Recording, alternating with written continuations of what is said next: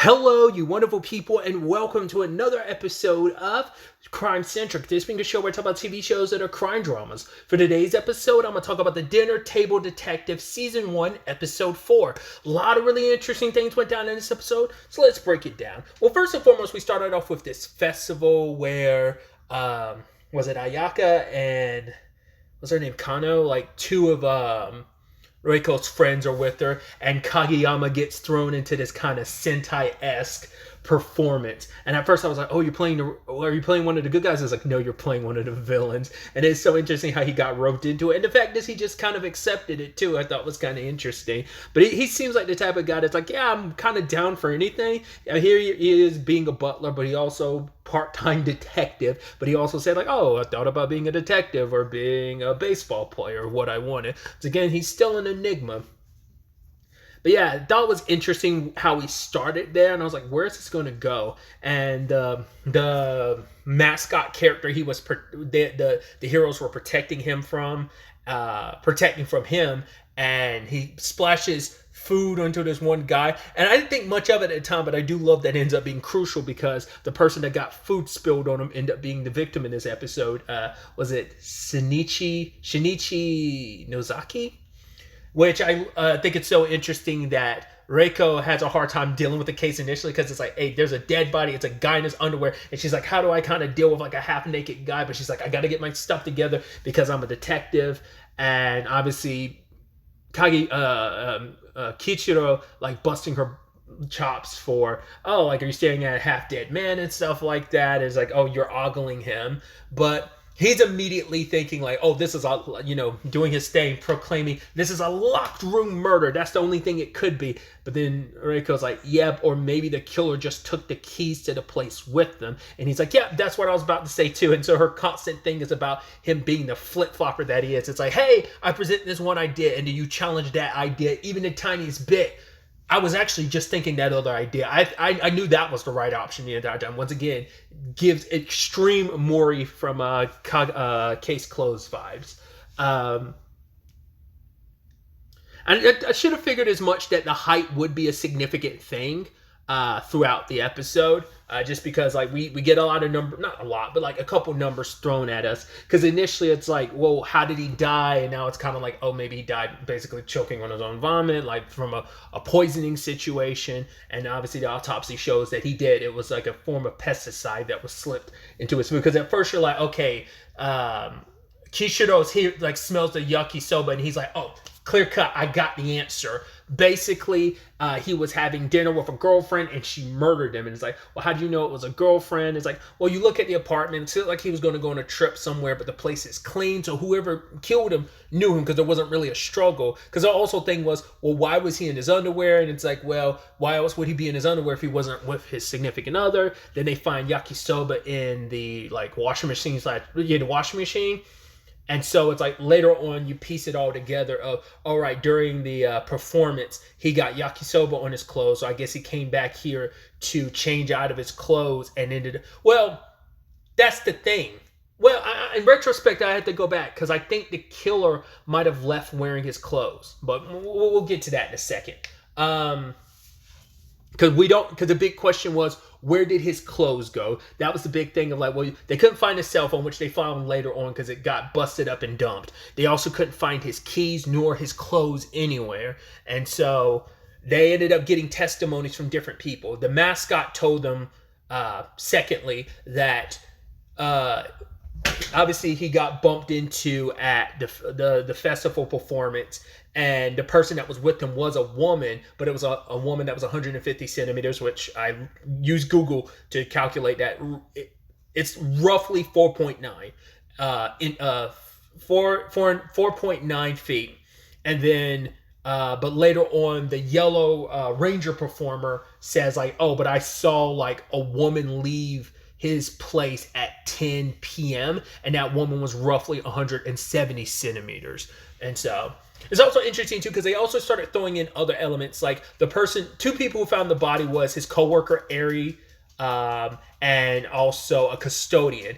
Ari comments on later on like she didn't show up out of necessary concern because it turns out that he had left what's his face had left. Oh God, Shinichi had basically resigned from his job, and she was going to collect some keys that he still had.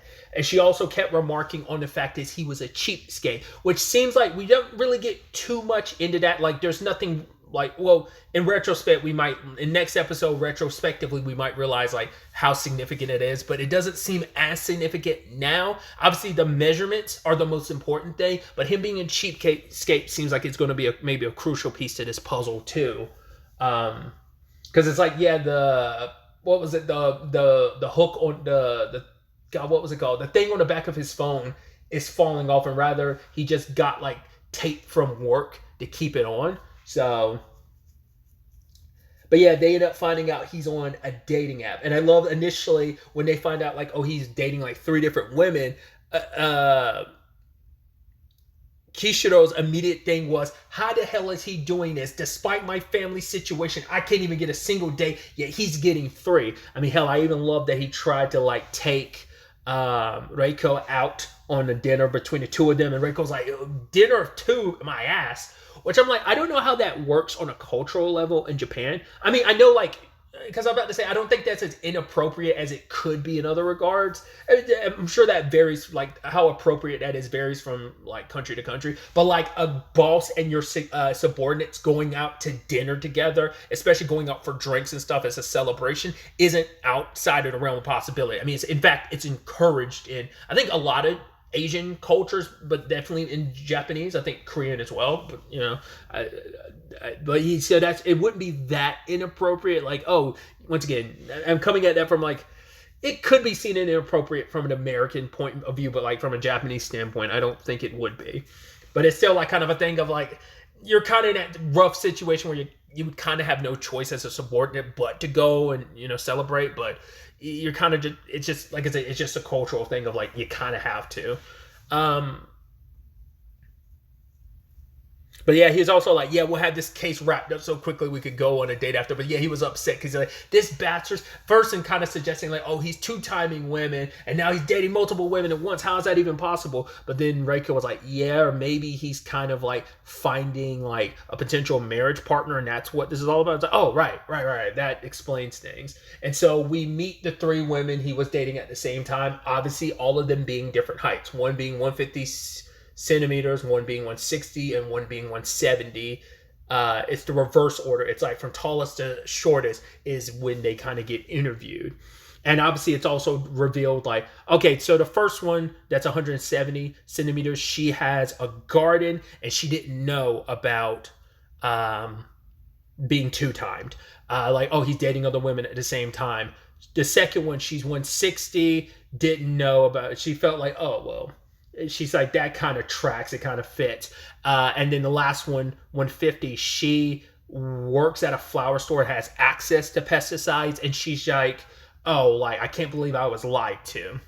So now it's the struggle of figuring out, well, how do we deal with the disparagement between the different heights? And the immediate thought is, well, it's 2 different, like, women. It's like he was with one woman at the festival, and it was a completely different woman that left his place at 10, because they had different alibis. Like the first woman clocked out at 170 centimeters. She clocked out of work at 9:02, so there probably still was enough time for her to be the one to leave his apartment at 10. The second one, her alibi was taking care of her mom, and the third was like, I was at home. So 2 and 3 do not have good alibis. One has a decent enough alibi, but still, like, they didn't really talk about it, but I'm sure there's wiggle enough room for her to go and murder him.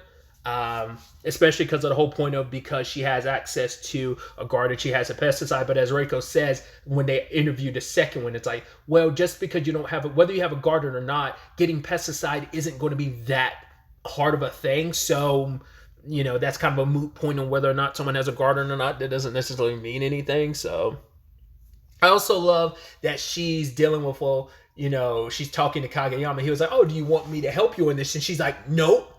Last time you called me stupid and absurd, and I'm not going to let you insult me again. In fact, we are pros, and we're going to solve this murder. And he's kind of like shocked, but he's like, oh, good on you. Good on you, my lady. I'm glad. I'm proud of you. And then later on, she's talking to him, and she's like, do you have any ideas? He's like, oh no, I have no ideas at all. I mean, as you said, my lady, there's no way someone like me could solve it. Obviously, you got to figure. I'm like, he's such a petty douchebag. Like, but I think it obviously it comes from a loving place of I think he is trying to make her a better investigator, and he's like, you have the tools and the know-how there. Obviously, you're smarter than your boss, but you're kind of quick to kind of give up, and he kind of wants to nudge her to kind of see things, or like he wants her to grow as an investigator, I think. So he is teasing her because he loves to tease her, but I think it comes from admiration and belief in her that eventually time will come, and I think we'll get this later as the series progresses, where she won't have to rely on him as much anymore, and it'll show her growth.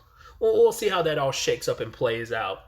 But after giving the rundown, it's like, all right, as long as you're not insulting me anymore. And he's like, wow, are you blind? And she starts flipping out. What are you talking about? My sight has always kind of been great and perfect. I mean, it is interesting because, like, I don't know if she kind of made it sound like it used to be great and now obviously it's deteriorated, because at work she's wearing glasses, but when she's like being Reiko from her like prestigious family, she's not. So I don't know if it's like a contact thing or whether her vision is okay and she just like downplays herself by wearing glasses, a la kind of Superman-esque situation. I don't know.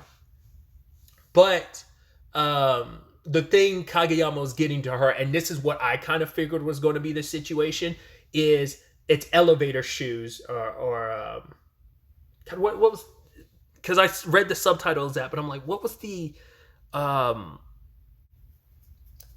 platform shoes is what they're like. I don't know if that's like a direct translation or is that the proper name for them, because like in my head I'm like, platform shoes is what I think of.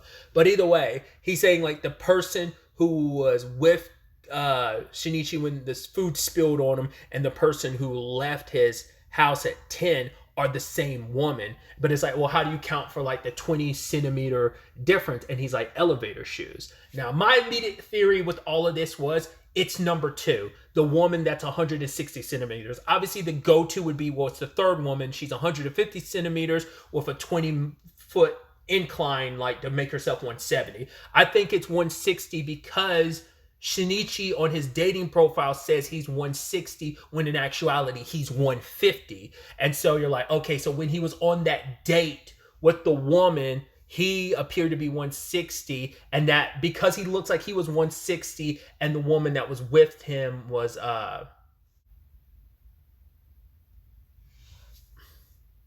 now that I'm sitting here thinking about it, I'm like, I got that wrong, didn't I? Because I'm like, because if she's 160 herself and he's 150 pretending to be 160, because the math, because if it's like only like a 10 feet increase, which it seems like it only is with the elevated shoes, then it would explain her being 160 going to 170. But why would she appear to be 150 if they are about the same height? Not unless she lies about her height, or because like, why would there be that disparagement when the mask? That's why I'm kind of tripping myself up on, because the rest of it kind of plays out, makes sense. That's why I'm like, it being number 3 who's 150 centimeters seems too obvious because of that 20 feet disparagement. But once again, his disparagement of like height wise, him being really 150 but his profile is 160, I mean he's only wearing like a 10 centimeter like enhancement.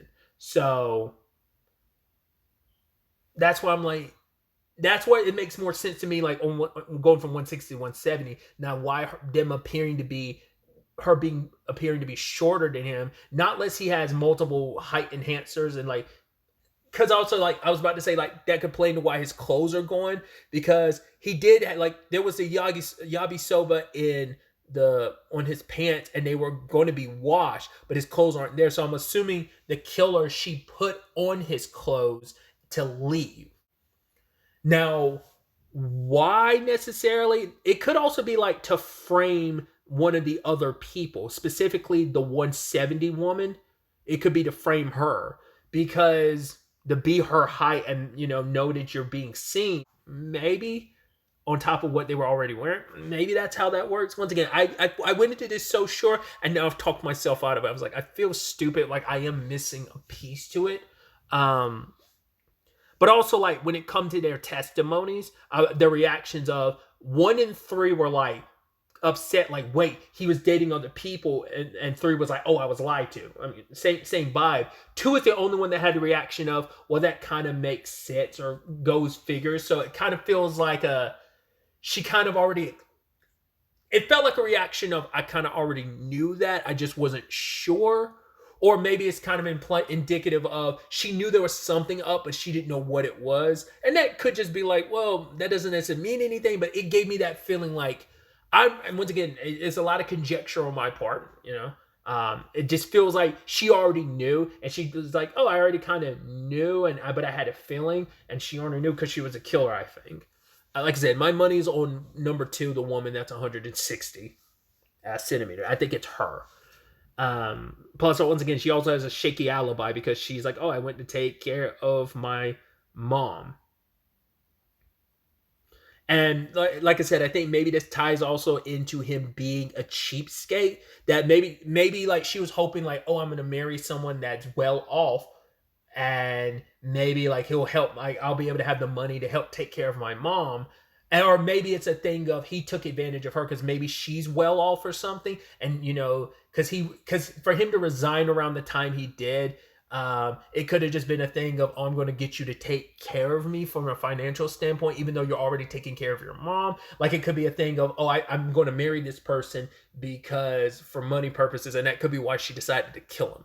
Maybe she didn't fully know about, that could have been the thing. That could be the motive too. Like she knew, like, oh, you're only using me for my money or something like that. Once again, the cheapskate of it all has to play some motive element to this murder.